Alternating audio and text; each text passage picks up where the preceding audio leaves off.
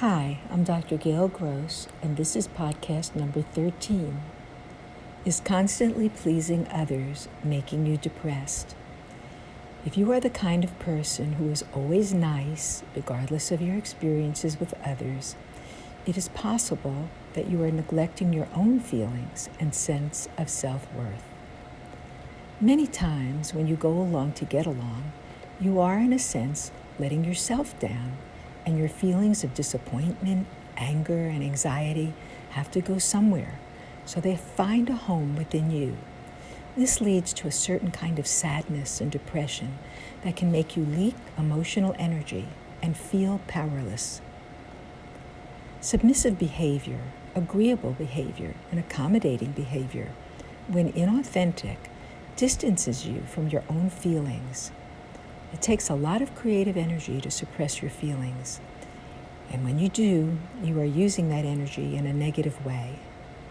On the other hand, if you get in touch with your feelings and reflect on your behavior, you can release all of that creative energy and it will return back to you.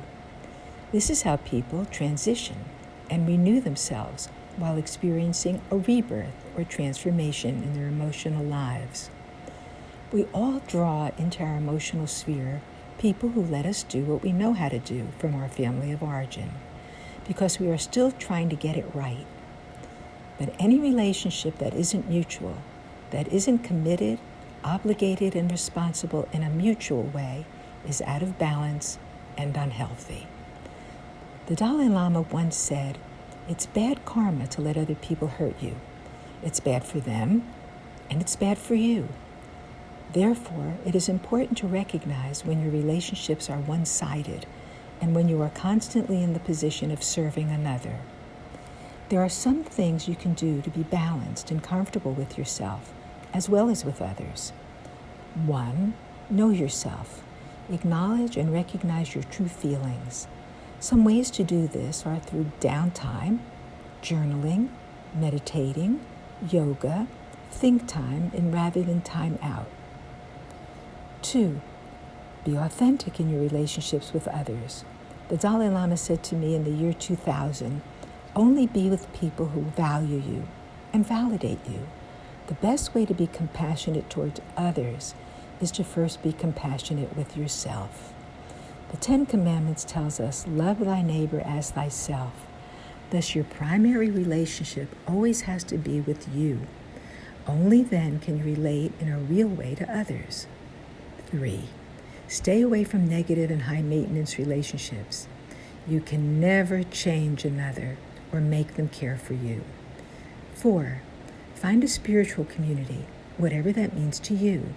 This should mean friends you can meditate with, you can count on, and with whom you have mutual respect and support. Your home team. 5. Don't diminish your feelings or discount them. You are entitled to cry when you're hurt and laugh when you're happy without labeling yourself as either a victim or too aggressive. And 6, finally, in transactional analysis, the approach is to step into your adult. Do so deliberately to override your reactive behavior towards others and be guided by your true feelings. Thank you. I'm Dr. Gail Gross. Please stay safe and please stay well.